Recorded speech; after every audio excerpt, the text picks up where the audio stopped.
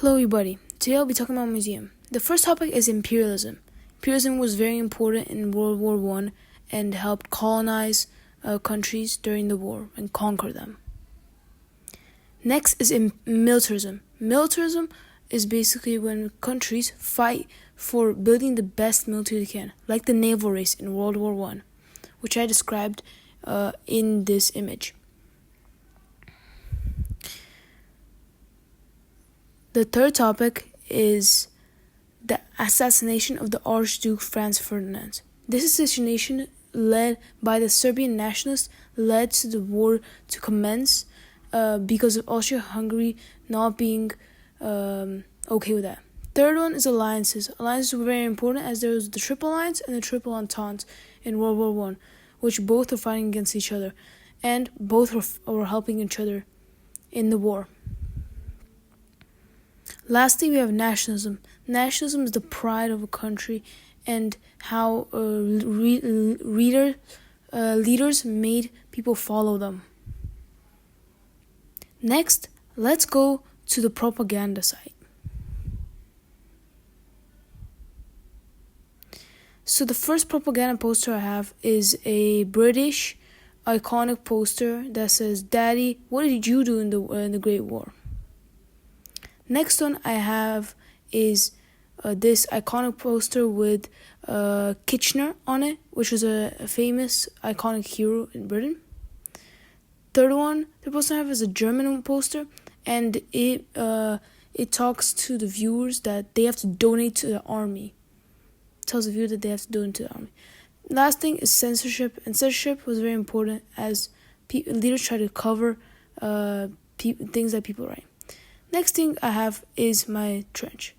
First of all, my trench consists of the front line trench right here, as you can see. Next is the fire step where people fired from, and the barbed wire, which was made to slow down enemies. Cats in trenches were very popular as soldiers wanted some pets to make them happier. Sandbags were used to reinforce the trench from bombs like grenades and firearms. And lastly, dugouts were basically where the soldiers lived, and communication trench was the middle trench between the front line and the dugouts, as I have displayed here. The second object in my trench is a bunker.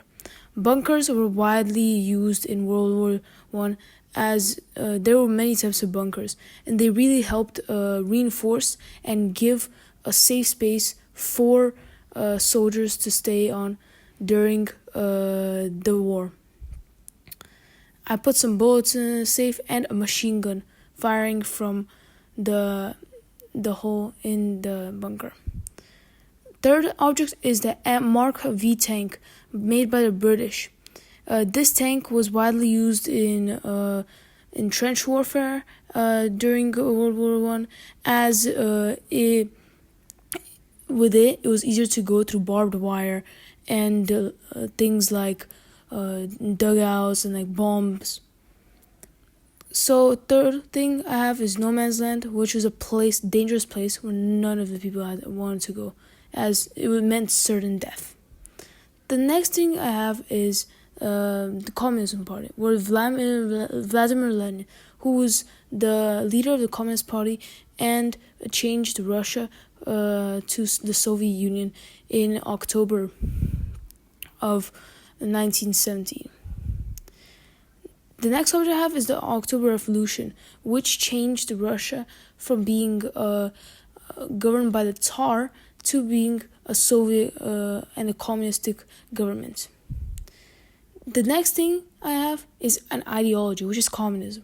Communism is basically where all people in a country get the same rights, and everybody has the same amount of money. Everybody is equal. The last thing I have in this room is the Treaty of Brest-Litovsk, which was signed by Germany and Russia to end Russia's participation in World War I. Under some terms, of course. The next room I have is famous battles in World War I. The first battle is Battle of Verdun, which was a battle between the French, British, and German, and was a very bloody battle. The next is probably the most famous battle, which is the Battle of Somme, where General Douglas Haig killed many people, and even though it was like an unfair matchup for the Germans and British won, they barely won. Next, the Battle of Passenach, which was also an intense battle, as it lasted like two. There was two battles there. Lastly, it was a Canadian battle, which is the battle for Vimy Ridge, and this was a battle basically to support Canadians, and Canadian troops were only in there. Next is about General Douglas Haig, and the first thing is about War of Attrition. War of Attrition is basically when you sacrifice people and they go straight to no man's land, and it's a strategy to surprise the enemy and raid the trench at the same time. Next object is General Douglas Haig. He was a ruthless general who killed his soldiers with the ideology of attrition. Next, and this is the third object, and General Douglas Haig was named the Butcher of Somme, as in the Battle of Somme, he killed many people during his ideology of attrition. Next, last object I have is the Lewis machine gun, which was a machine gun very commonly used in World War I, including the Battle of Somme, where it was used by the British to kill German troops. The next room I have is called the End of the War, and the first object I have is the End of the War parade, which was the relief of people once they found out that war ended. The second part is the document, the Armistice, which basically was a treaty or a signature between all the countries that the war should end, and ended the war. Third object is poppies, to represent the soldiers that have died during the war in Great Britain.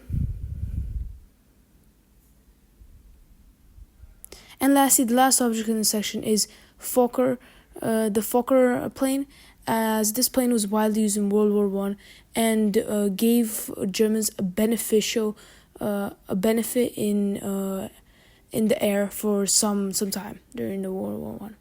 The last thing is the Christmas troops, where Germany and England had a truce for Christmas so that they don't kill each other and celebrate Christmas together. This was caused controversy, as Sainsbury made an ad of the Christmas truce, and people did not like that. Lastly, this is Sainsbury's ad on the Christmas truce, and it showed the truce, but also showed that they shared chocolate together, which people did not like. Thank you.